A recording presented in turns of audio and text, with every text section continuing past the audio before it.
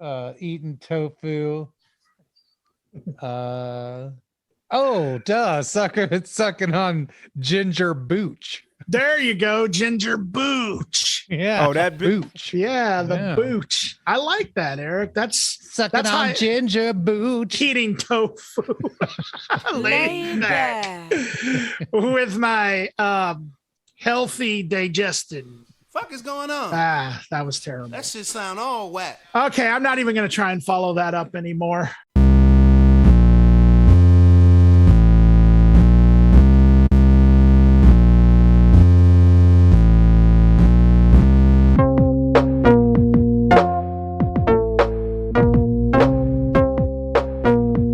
We're trying to change the world here, Eric. Yeah, that's what we're doing. That's exactly what we're doing. Greetings, citizens of Earth. Welcome to Accelerativ Thrust. I'm Dan. Oh, and I'm Eric. And we're trying to change the world. I don't know if you guys heard that or not, but while we're trying to change the world, we would also like to remind you that we are on a bunch of different listening platforms, like Content Made Right. Spotify is a big one, and Transistor is a big one. Yeah. And, there's also Google and Amazon. And what else, Eric? Is that pretty much it? Yeah, you got the small companies, right? Yeah, Google, okay. Google Yeah, and that's Amazon. Small companies. Google's like an up and coming indie company. Yeah, I've been hearing a lot about them. I don't know if it does what they say it's going to do. It's going to be big. Yeah, it's going to be huge. Yeah. Like drones delivering packages to your house. Damn. Mhm. I wish they were delivering drones to my house. Yeah, that would be great. Also, if you are a listener of this show and you would like to hear some other stuff besides what we talk about, well, I mean, technically you're going to always hear the stuff that we talk about. Mhm. But if you want to hear some stuff about music, let us know, man. We are on Facebook. We are on Instagram. Send us a message. You could leave a comment. Boy, this is the last episode of the year, isn't it, Eric? Sure is. 2021. Well, what did you think of the year 2021? I don't know. It was a weird one.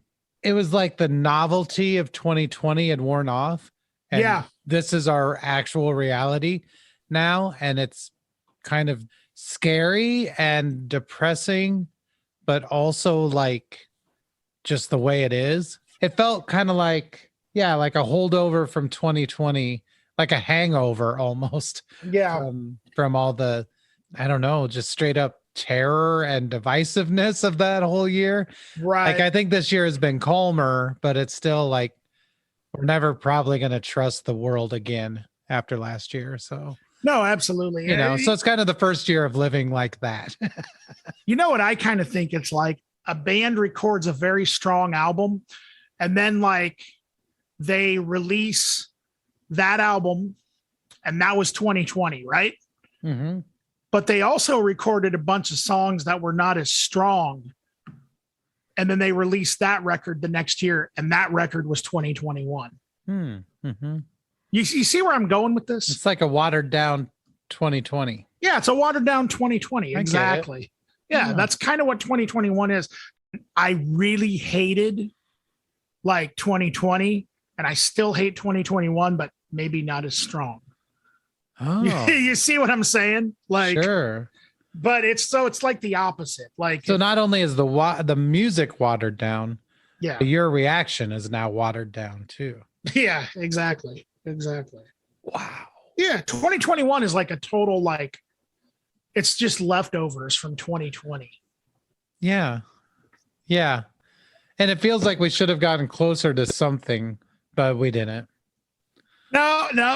We're kind of it was kind of like a holding pattern for a year, like, yeah, absolutely. I don't know, when people hear this, it'll be the 30th. So in 2 days, it'll be 2022. I think that's pretty insane. It doesn't feel like the year 2021 took a year. I mean, does any 2020 took 5 years. So like, I guess it makes sense that 2021 would only feel like maybe half a year. Something like that. Yes. Yeah. I mean, is anything anymore? No, it's not. Yeah, Yeah, that's 2021, the year nothing became everything was nothing. Yes. Yeah. Yeah. Nothing is everything. Everything is nothing. So Mhm. we're not going to talk about the news for this episode. At least I don't think we are. That is correct, right, Eric? As far as I know. As far as I know, too. Yeah. Because I don't know.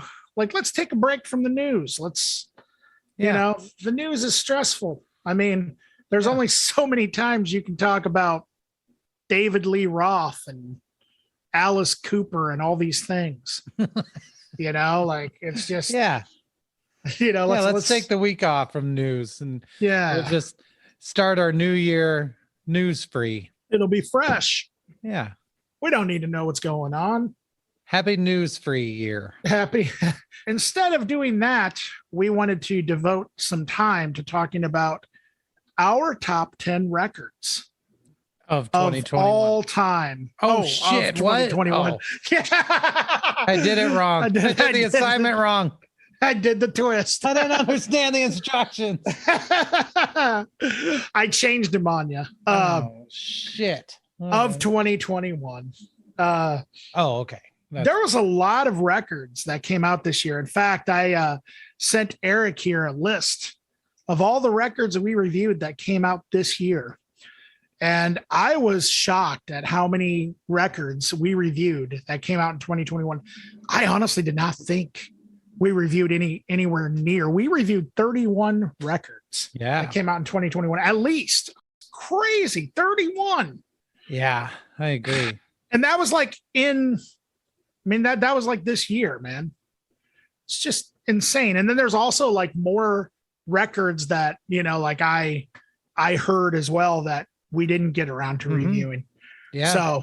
So yeah, the top 10 list, I think we're both going to have some very interesting lists, and I'm excited to get into that. Yeah. Yeah. This grapefruit sparkling water just is so good. What brand is it? It's the Aldi's Belly V. Oh yeah, that one's good. I like that grapefruit. Absolutely. I like just about every flavor. There was one flavor I got that I didn't care for. I think it was passion fruit or something. Oh yeah, I have that one. It's pretty good. I don't think I was a big fan. The only one I didn't like was cold vomit. Cold vomit. That was sounds the one. That's the one where I was like, I don't know. That's the one I really like. Pretty gross. Yeah. I mean, I like the chunks, but I don't actually trust that they're calorie free. I don't know. No, there's definitely it even says on the back, they add stuff to it. Oh, yeah. May contain barf. Dude, I saw something really disturbing on Instagram today before we get into, if you don't mind me talking about something. I guess this could be news a little bit. Okay. Did you hear that there's a parasite that was discovered? And I don't remember what kind of fish it was, but it actually eats the tongue of the fish and it has eyes. Mm-hmm. It's freaking scary looking. Yeah. And then does it become the fish's tongue? Yes, it basically becomes the fish's tongue. I saw that. Yeah. Oh, that pretty cool. It's cool, but it also, I don't know, maybe nature really isn't that peaceful. Oh, heck no. Nature is all violence. Mm-hmm. Yeah. Yeah. So there's the news for the week. The news is everything is violent. Everything is violent, ladies and gentlemen. Yes. All right. So, Erik, question. Yes. Who's going first? I don't care who goes first. Go for it. All right. I'll go ahead and go first. Cool. Let me preface by saying that this was actually a very amazing year for music. And I know I kind of already said that before. So my list is comprised of mostly stuff that Erik and I reviewed and listened to. Uh-oh. Might have some crossovers. But yes, we probably do. In fact, I can almost guarantee it. But maybe not. Maybe not. who knows? But I will tell you, there are 2 records on this list that we did not review, but they're both from artists that we have reviewed. Records that came out a different year. So I see. There you go. Actually, you know what? Never mind. There's 3. Whoa. There's 3. And one of them, so 2 of them we've actually talked about. And then one of them I think you briefly mentioned them, but we never reviewed them. Okay. So cool. And that is actually my number 10 pick. And that is from Atmosphere. Atmosphere released a record called Word with a question mark. And I've been an Atmosphere fan for a very, very long time.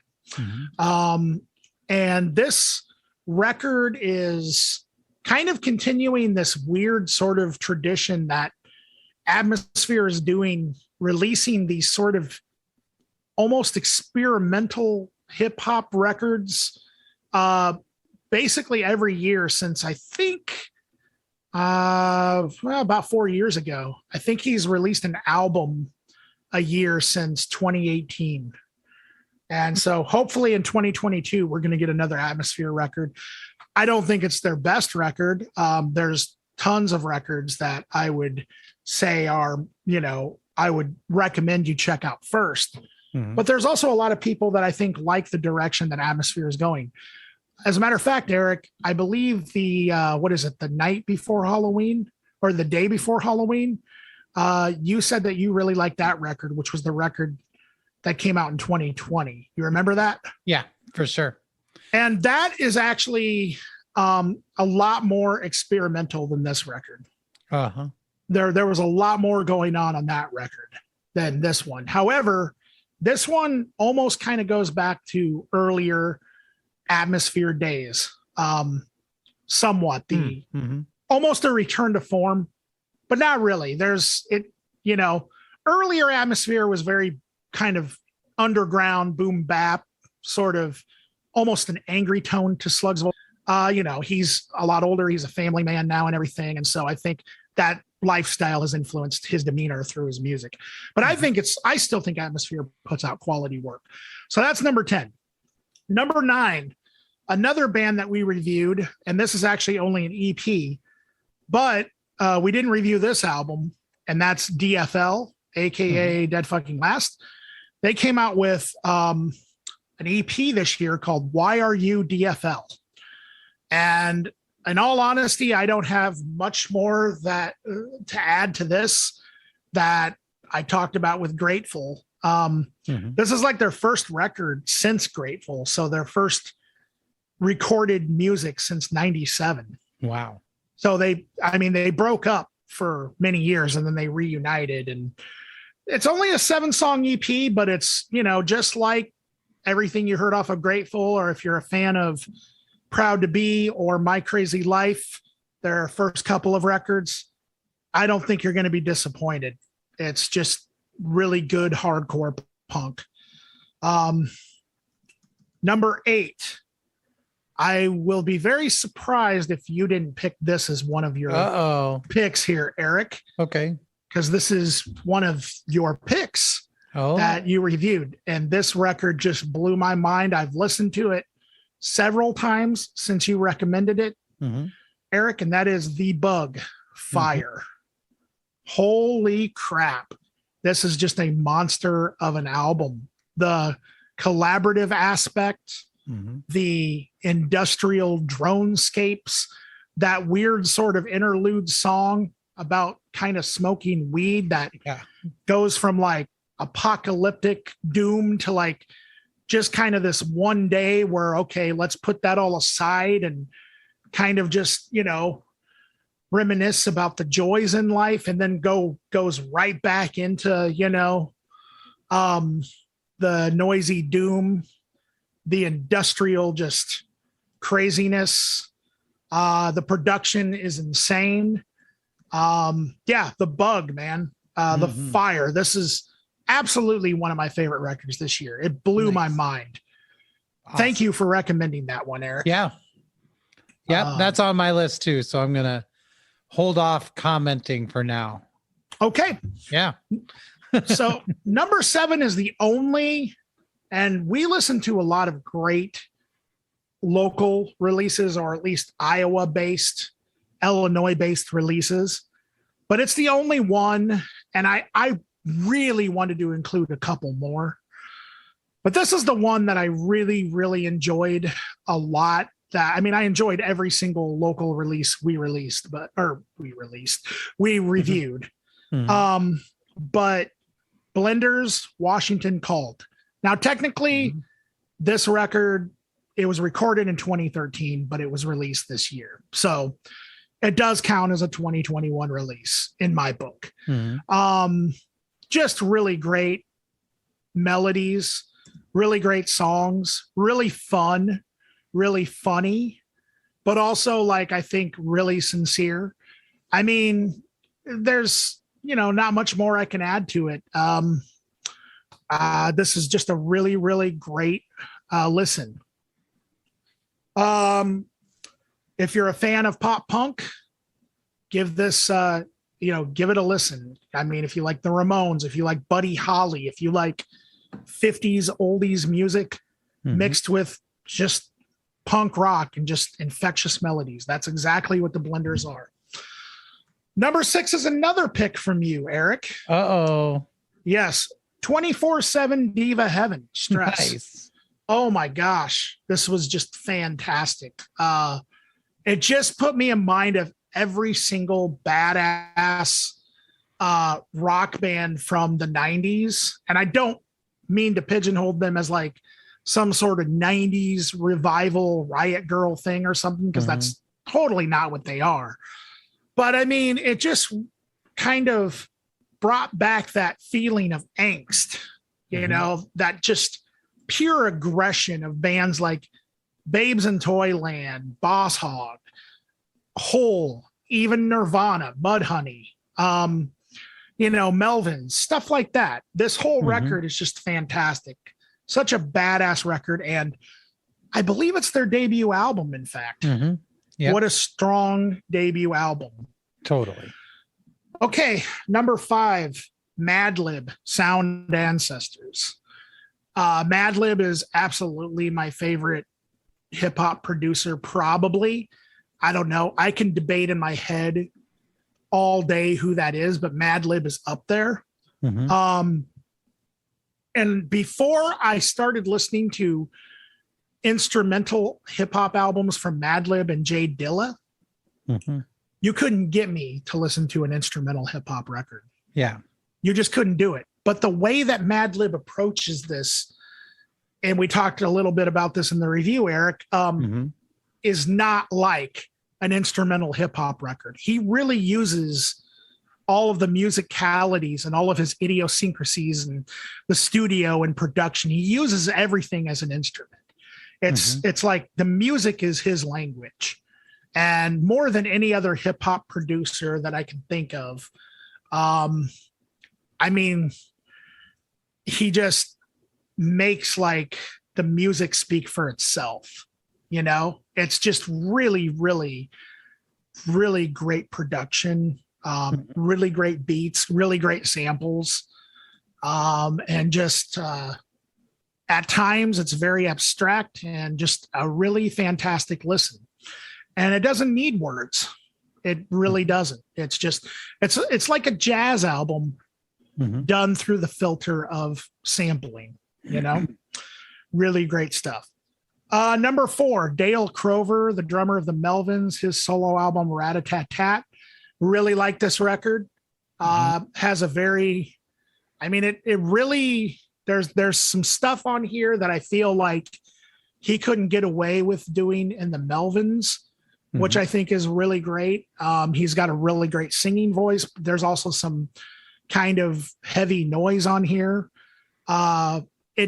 It's kind of surprising, but also not very surprising when you consider how experimental and weird the Melvins are in general anyway. But it's grungy at times. Sometimes it almost has like a 60s psychedelic pop thing kind of going on. Sometimes like a weird industrial type thing. Yeah, I just really appreciate what Dale Crover has done. Kind of just what he displays he can do as a solo artist outside of the Melvins. I think he offers up a really great listening experience. Number 3 is from The Armed, and that is Ultra Pop. I love this record. I still don't know how to explain it. Such a weird listening experience. Yeah, there's elements of hardcore, elements of shoegaze or something going on. Very experimental, very all over the place. You really get the sense that they are not really a traditional band in any sense of the word, but maybe more of a collective. They kind of make that clear. It's just, yeah, it's just a really weird, insane record. And I really, really like it. Number 2 is another artist that we reviewed a record from, but that record we reviewed didn't come out this year. However, this one did. Tyler, the Creator, Call Me If You Get Lost. So you were a big fan of Igor. Big Eric, fan. Big Yes. fan of Igor. Huge. Yep. This does not sound like Igor in the least. Oh. Now, if you go through Tyler, the Creator's history, he started out almost as a horrorcore rapper. Almost. I would even say almost like an experimental horrorcore rapper, sort of, but not really. It was more, I guess, just edgy, the first couple of records. And he was, a young kid. And so there was a lot of like, bad language and stuff like that. And then with his third album, which was called Wolf, I really started to see a different direction that he was going in. And he was doing a lot of rapping on Wolf and Cherry Bomb, which was the album after that. And then I would say where he really became an amazing artist was the follow-up to that, Flower Boy. Igor, I would still consider his masterpiece. However, Igor is not really a hip-hop record. It's kind of more of a, I don't know, almost I would say almost like an experimental R&B record. This record is pretty much Tyler, the Creator, going back, returning to being like a straight up rapper. Like this is pretty much a straight up hip hop record from Tyler, the Creator. It's got some production that really reminds me of like, I don't know, like there are times where this record, the beats almost sound like a Q-tip, a Q-tip type thing. And then there's other times where he flips these insane beats that just sound, like they could actually fit on Igor, or something like that. And really great sense of just, I feel like he's a musical genius, honestly.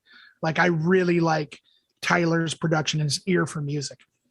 I think, Eric, even though I think you would probably agree with my assessment that Igor is his masterpiece and maybe probably always will be, I think you would really enjoy this record if you gave it a listen as well. And honestly, cool. I would go back and check out Tyler's back catalog. I mean, you like a lot of horrorcore stuff and things like that, He wasn't quite a horrorcore rapper. There were elements of that, darkness. And sometimes it got a little, I don't know, I guess you could say cringy, but rap is full of cringe all throughout the ages.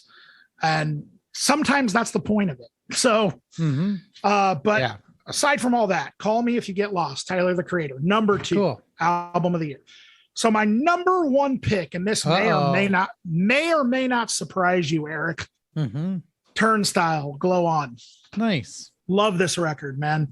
Yeah. To me, this is almost how hardcore records should sound from now on. This and The Armed Ultra Pop. I think both of these records displayed very creative takes in much different ways.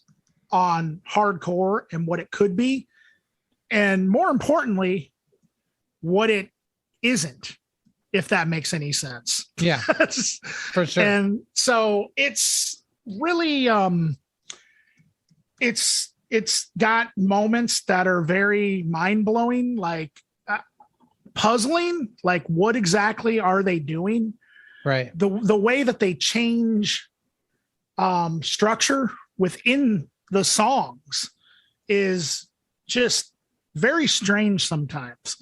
And I feel like they're taking chances on this record that maybe a lot of hardcore bands, especially ones that are kind of in their age range and also their peer groups, are not doing. Yeah. This record is just absolutely fantastic to me. So yeah, number 1, Turnstile, Nice. Below On. So Cool. have at it, Eric. I'm Nice. very, very excited to hear your top 10. Cool. Yeah, most of mine are also things we've covered on the show. A couple of them are also things that you mentioned, but not all of it, which is kind of awesome, actually. Yeah.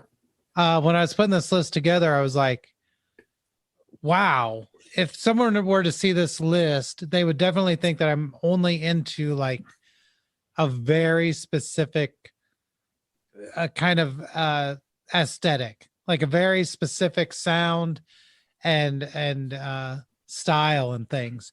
But we have proof that that's not true because we've covered, I don't even know, probably over 100 records this year, right? Yeah, I would say probably. Yeah. So it's like, I think it's interesting because, yeah, like I said, from my list, you will think, wow, this dude only likes very specific things. But yeah, so it's kind of cool because we do share some of them, but not all of them. So Sure. yeah, my first one, so number 10 is one we reviewed on the show.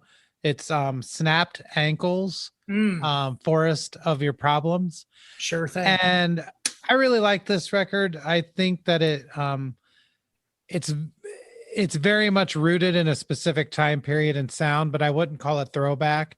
I wouldn't say this is a revivalist sort of thing. They're not trying to be Devo. Okay. But they're using elements of Devo and Public Image Limited and Joy Division and a lot of no wave kind of feeling to the whole thing, really bass forward.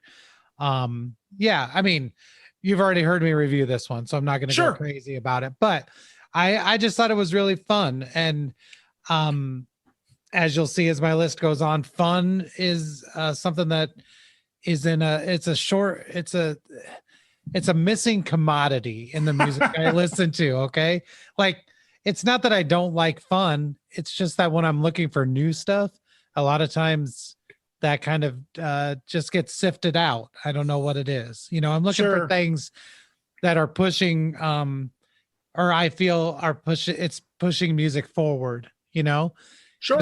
If something coming out in 2021 is not pushing music forward, then we're kind of sunk, you know, like, yeah, that's kind of the point of new things. Right. So, yeah, but Snapped Ankles, I loved it. I thought it was super fun.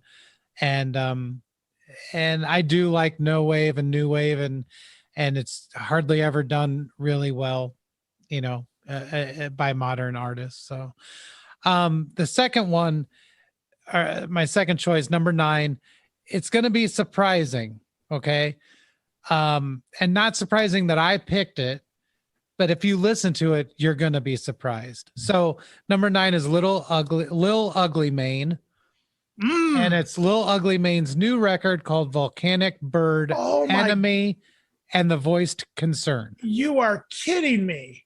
Dude, I love that record. It's insane. It is. Oh my God, dude, I just discovered Lil Ugly Mane a month ago. I've been listening to Lil Ugly Mane for a long time. I've been listening to Bedwetter.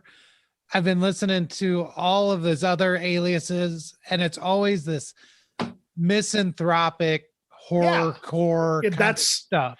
it sounds to me like a very lo-fi 3-6 Mafia. Right. sometimes or And it's something. great. I love it. Yeah. But when I put this on, I was like, what in the hell is going Yeah. on right now? This is much closer to like Animal Collective, maybe, or Fleet Foxes, Boniver. I don't know if I say that Mhm. right. That kind of stuff. Maybe a little more like trying to think of the exactly what it is, because it gets almost experimental in its like disjointed calmness. It's very singer-songwriter, freak folk kind of stuff. I know I'm just throwing out a lot of things here, but if you listen to Little Ugly Mane, all of the things I'm saying, you should be saying, what the fuck? Yeah, absolutely. Because that's not what this is supposed to sound like. No, yeah. But it does. And so yeah, it is, like I said, kind of like, kind of accessible, but it's also stranger and dreamier and a lot more hip hop than those things.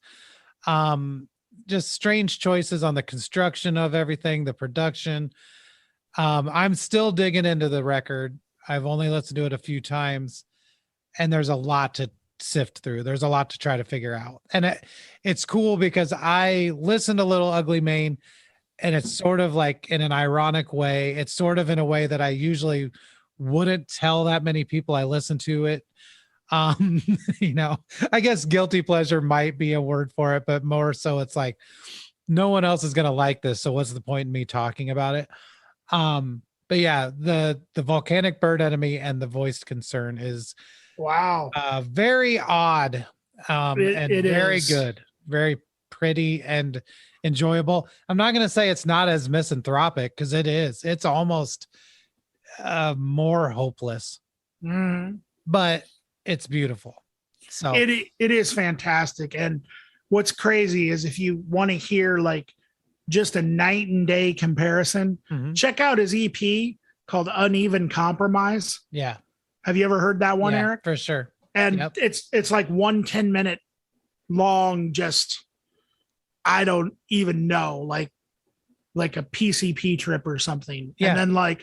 Then this record, it's just like, is this even the same artist? That's Yeah. so crazy you picked that, because honestly, I was actually considering picking it as my pick one, like about a month ago or Oh, something. well, see, that's the thing. Anything that comes up on our list that we haven't talked about, I'm assuming we're going to talk about, because Yeah. why wouldn't we? So No, exactly. Yeah. But that's Yeah. so crazy. I just discovered Little Ugly Mane a month ago, and it was from yeah, another review site on YouTube. Ah. And when I saw the name of that record, I'm like, okay, I gotta hear Yeah. this. well, it's funny because I've wanted to talk about Little Ugly Mane on the show quite a few times, especially the Bedwetter project, but it just Yeah. honestly was a little too much. It's like when I did Ghost Mane, it was like, Yeah. this is actually a little too much. I don't know if just talking about it is promoting these ideas. You know what I mean? Well, yeah. And so, and I mean, I know that's not true, but at the same time, it's like, do I really want to spread this? Like, it's to that level of kind of being disturbing. I don't know. At least with the Bedwetter one, it's just like, yeah. geez, man, come on, Yeah. But this, on the other hand, is just, I don't know. I would say if you like beta Mhm. band, like kind of regular stuff, but Yeah. with that added element of just kind of weirdness and hip hop. It is very hip hop. It is. And Yeah. so, Absolutely. yeah. Anyway, so I would say that's a pretty cool surprise record for this year. Yeah. Interesting pick. The next one that's not a surprise on any level is number 8, Tobacco, Fucked Up Friends, Volume 3. All right. So we talked about Tobacco not that long ago. In the early days of the podcast, I talked about Tobacco every episode, because I was, and I don't know, am sort of still a little obsessed. But Tobacco is the guy from Black Moth Super Rainbow. They have been merging into sort of one project. Tobacco was a little more hip hop for a long time. Black Moth was a little more psychedelic, I guess. Yeah. And they've just kind of turned that into one thing. So now Tobacco has some heavier beats, but for the most part, it's pretty psychedelic. So it's the best of both worlds if you like Tobacco or Black Moth. There is not a lot of new ground covered on here. There's really not. But if you like Tobacco, you're going to get exactly what you wanted out of it. I don't know. It sounds like I'm putting it down, but obviously it wouldn't be on this list if I didn't really enjoy it. So, yeah, if you're into Tobacco, obviously check out the new Tobacco record. Yeah. Number 7, Barad. The record was called No Plants, Just Mansions. This one I really liked a lot. It's rhythmic and worldly. It's cool and like grimy. I don't know. It's like Lynchian. There's a lot of guitar, like kind of twangy guitar, saxophone. Just is a really cool experience, a really cool listening experience. And yeah, I just love the sound of it. I don't think that one's on Spotify. So, but really good. So, Great listen. Yeah.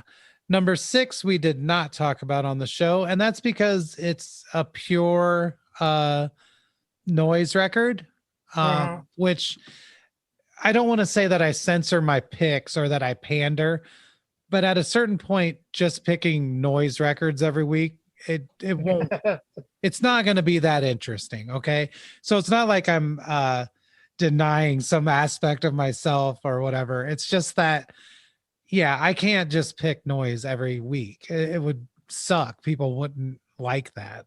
I mean, I guess maybe 4 people on Earth would be like, yes, another noise record. But I will say that this is one of the best sort of like experimental avant-garde records I've heard in a really, really long time. And I think the problem is it's kind of, and I've talked about this on the show before, I'll try to keep it short. But when you look at certain artists and you know that they were like painters and you know that they were trained on how to paint and they're deviating from that and they're doing some avant-garde or experimental or impressionist painting, you can tell that it's still rooted in things that they understand, that there's form to it, that they understand the shapes and the colors. It's not just screwing around. And I think that's hard when it comes to experimental avant-garde and noise and things like that, because they might be indiscernible. You know, you might not be able to tell the difference. But with this, you very much can. I would suggest if anyone is actually like, what's all this avant-garde shit they're always talking about on Accelerativ Thrust? I would say, listen to this. If you want to get into it and enjoy it, this, I don't want to say it's accessible because it is not, but it's enjoyable and entertaining. So the record is called Lucy and Aaron. It's by Aaron Dillaway and Lucretia Dalt. But Lucy and Aaron, it's got a hot pink album cover. You can't really miss it. So yeah, if you've been thinking about experimenting, I would do this one. It's very musical, endlessly engaging, intriguing, exactly what this kind of music should sound like. Rad. Yeah.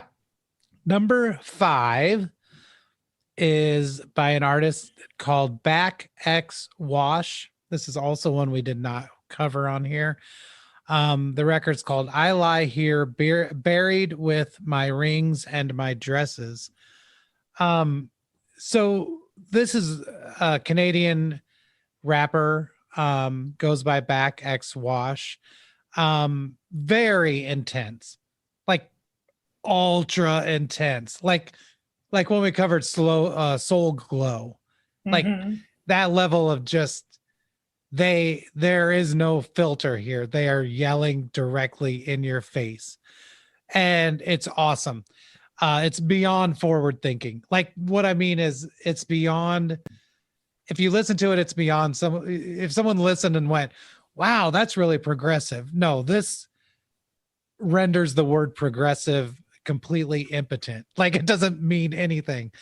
It's just beyond anything I've heard. It's hip hop, it's noise, it's hardcore. Um, it's amazing. Yeah, very topical, very cathartic. And I honestly think this is what actual future music is going to sound like. So I was blown away by that one. Back X Wash. Anyway, What's the name? Is the record Rosemary's Revenge? the record is called I Lie Here Buried with My Rings and My Dresses. Okay, that sounds like my cup of tea. Yeah, it's great. So number 4 is another one we didn't cover on here. And the reason I didn't ever pick it is because it's hard for me to determine what kind of release this is. Sometimes that plays into what I pick. Like if it's an EP or a single, even if for some reason it was 30 minutes long, which some records are, that I still might be like, yeah, but it's still just a single, blah, blah, blah. Anyway, number 4 is by Horror, HO9909. Oh, yeah. Great band. The record is called Territory, Turf Talk, Volume 1. Okay. So as far as I can tell, this is a whole record. I don't know. I can't find any information about it. I don't know if Horror does the production, or if people came on to do production and rapping and guest vocals and things, but everyone is on here, and it's so good. It's very futuristic horrorcore stuff, amazing production. But yeah, it's introduced me to all kinds of artists. Like I've looked through just the guests on the songs and then went and searched them out and found tons of stuff that I like. But there's also things that you've heard of. Pussy Riot is on there. Plaque Blag is on there. Youth Code is on there. So tons of cool stuff.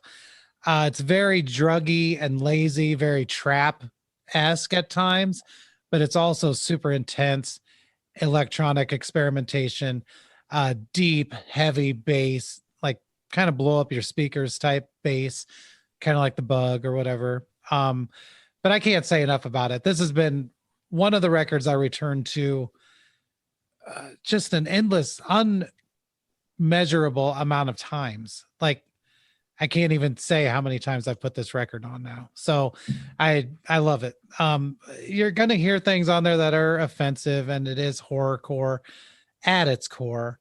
But I think if you can get past that, you're going to find some really deep, intense electronic experimentation. I don't know. Yeah. So number 3, yeah, that one is so good. I probably should have had that as my number 1. They were actually just a side note, they were actually an opener on Mr. Bungle's reunion tours. Really? Damn. Absolutely. They were the openers, and yeah, when they released those concerts on YouTube, like honestly, Horror was just as good as Mr. Bungle live. It was just amazing. Yeah, I bet. I'll have to check that out. That sounds awesome. Keeping with the brutal intensity, number 3 is Lingua Ignota, Sinner Get Ready. Now, we did a pretty in-depth review of the record before this, Caligula, and because of that, I never really suggested that we cover this one, because for as great as it is, and how different it actually is from Caligula, it's still pretty similar. I didn't think we were going to have enough new things to say about it to warrant a full-on review, but it's my 3rd favorite record of the year. It's brutal and beautiful. It's super intense and emotional. It almost seems deeper and more concise in its expression of pain and anger and loss. And I know all of this sounds like you would never want to hear it, but it does end up being pretty cathartic to listen to. And it's a little less metal oriented maybe than Caligula was, which I actually enjoyed quite a bit more. It felt like on the last record, two different things happening.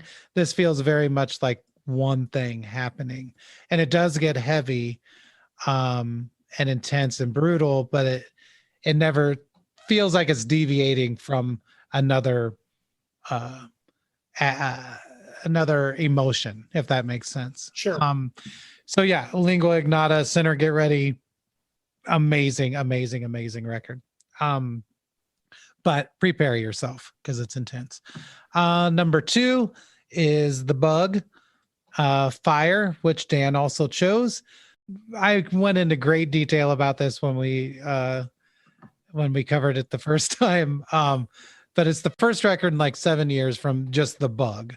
And it still is the heaviest dub record I've heard up to this point. It has elements of industrial and hip hop and things like that, but overall it's just this like bass worship. I mean, it just is. There's no other way around it. This music was made to vibrate speakers and the effect that it has on you. Like that's the only intent. I do think lyrically and everything else, it's super intense, super of the time. But yeah, just a really great record. And you know, I do kind of think that it's very forward thinking for dub. I think that it marks a new jumping off point, if that makes any sense. And then, so yeah, number 1, we also covered on here. Number 1, I chose The Armed, Ultra Pop for my number 1. It's great. I've listened to it a lot of times. It's crazy ass hyper pop hardcore. It's melodic and inventive, and I don't know, I can't say a lot about it. I've not heard music like it, in the sense that it, even though it does go all these places, it's never jarring necessarily. No. And I think that makes a big difference. Like we were talking about Mr. Bungle or whatever, like Mr. Bungle's also very experimental and inventive, but they are jarring. It's kind of the point is to go to say, we go from this crazy thing to this crazy thing on the stop of a dime. And it's like, that's great. But if they can just coexist and we don't even actually know we're changing, that's pretty cool too. And that's sort of how I felt about The Armed. Sure. So that's my list. Like I said, it's a lot of electronic and it's a lot of gloom and doom, but yeah, I think there's a lot of fun moments in almost all of these releases. Absolutely. Except maybe Lingua Ignota. There is no fun in that. There just isn't. And that's fine. That's not what it's made for. But the rest of it, I do think you could put on and find some uplifting, energetic moments. So I would definitely agree. That's awesome that Ultra Pop is your number 1 pick, Eric. That's it kind amazing, of blew me away. actually. Yeah. It's such a great record. Yeah. So this week with the shows, there's only a few. I know last week I said there's going to be a million. There's not. But there's a couple. They all happen on New Year's Eve. And I really did look around to try to find shows. But hear me out. If you have shows, if you run a space, a venue, you just know everybody, whatever, send me that information because I would love to get more of that out there. You know, I don't leave things off of here just because I don't like someone's band or I don't like a venue or something. It's like I literally look everywhere. So if you have a show, you know some people having a show, let me know and we'll mention it. So Friday the 31st, that's New Year's Eve. That's tomorrow. The first thing is called 93 and Alive, and Snake House Records present New Year's Eve celebration. All right. This is at Lefty's Live Music. And yeah, Snake Lucci, all kinds of other rappers. So it looks like a New Year's Eve rap show. That's at Lefty's. pretty cool. In the Iowa City area at Gabe's, it's going to be Will Whitmore, which I think sounds pretty fun for New Year's Eve. You know, Absolutely. yeah. So go to Gabe's and see Will Whitmore. Why not? If you've never seen Will Whitmore live, he is quite an experience. Yeah, I really do think it would be a super fun New Year's Eve.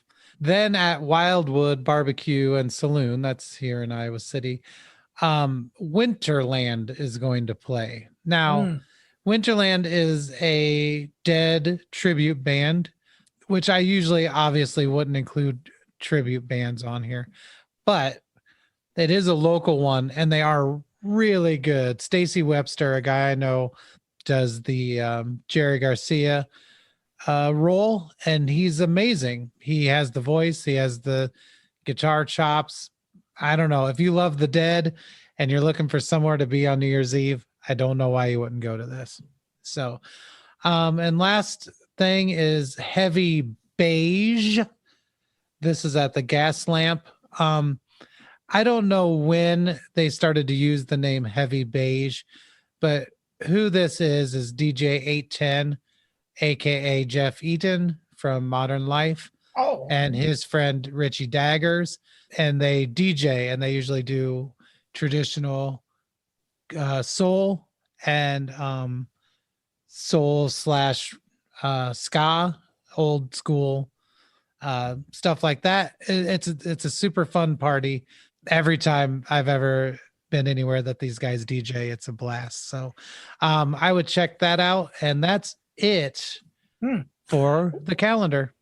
Sounds like a really good I mean, that sounds like there's some really good events on New Year's Eve. The Winterland thing. Yeah.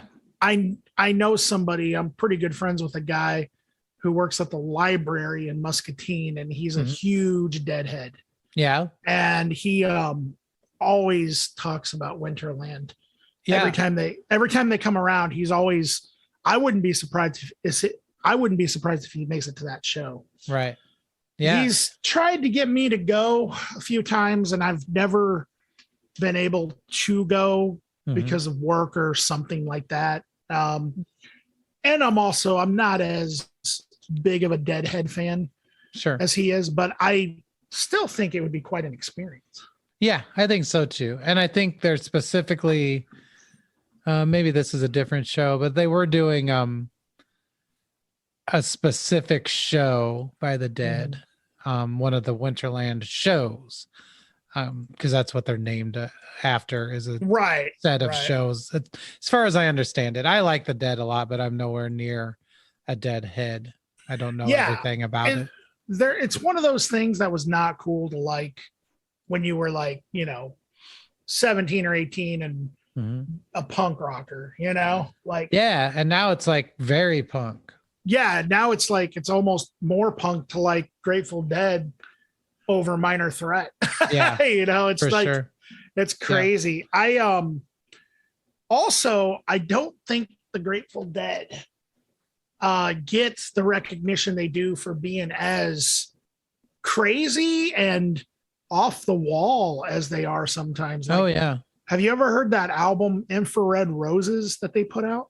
No, I don't think so. It's just like this jam session they did that they recorded live at one of their shows, and it's just insane. It's like, it sounds like anti-music. Like, wow, cool. It's crazy. Like, I was really impressed. That's one of the first things, and it's kind of sad that that's what it took for me to recognize the talent of Grateful Dead. Well, everyone has that moment, though, I think. I think so too, but and his name is Rod. He works at the library, and he's been a really good, he's really kind of opened my mind up to the Grateful Dead quite a bit. Like, he's actually made me like check out records from the library, like CDs. Yeah. Back when I would actually listen to CDs. And like American Beauty and stuff like that. Oh yeah, great record. It is a great record. I mean, it really is. Yeah, it's fantastic. Yeah, I really like American Beauty and Working Man's Dead, which everyone does. But they Yeah. are really, really good. I like the Anthem of the Sun quite a bit, and the AXO XO XOA, that one, whatever it's Oh, called. yeah. That Yeah. really weird. Yep, I know exactly which one you're talking Those are about. the only ones I've really spent much Well, time with. But the thing yeah. is the Grateful Dead also did not. They weren't really a jam band when they first started. Like Mhm. they kind of developed that. I feel like a little bit later. Like when they first started, they were just kind of this weird psychedelic band or something. Oh yeah, you know? big time experimental Mhm. psychedelic. Yeah. Kind of like in the same way that Pink Floyd was with like Mhm. Piper at the Gates of Dawn. You know, Yeah, for sure. they kind of developed that roots sort of thing much later. Hmm. I always thought it was kind of weird how people started associating Ween with that Yeah. same sort of jam band thing. Yeah, it is weird when you when you find out a band you're way into is a jam band and you didn't know. Yeah. I've had it happen 3 times now. So What were the bands? in order, it was Medeski, Martin and Wood, Mhm. and then Ween, Mhm. and then Primus. Oh yeah. Although I will say the entire audience at the Primus performance were surprised by the fact that they were a jam band. Yeah. So the other 2 experiences where I looked around the crowd and said, "Oh shit, I'm at a jam band Yeah, show." the jam band concert. But at the Slayer Ministry Pantera, basically Pantera concert, everyone was surprised by the jamminess.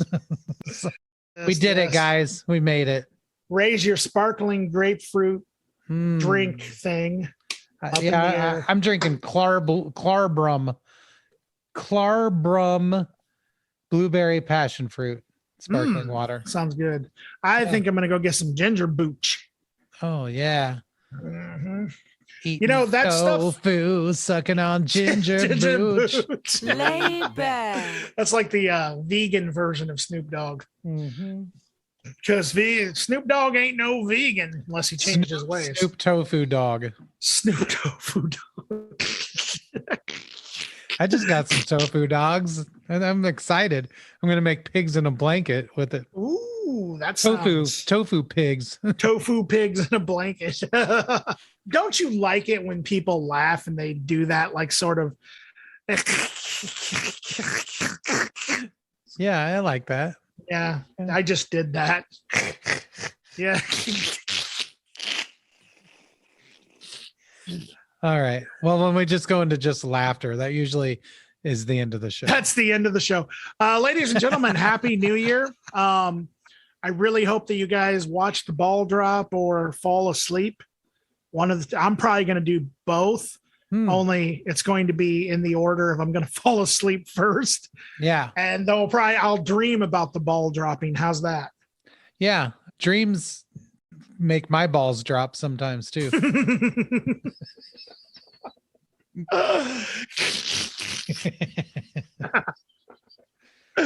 Happy New Year, folks. Happy New Year.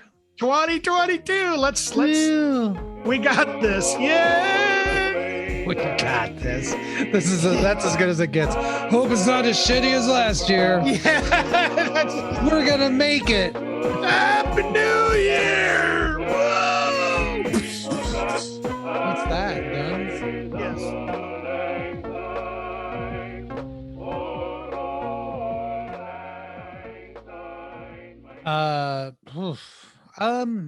I don't know. It was a weird one.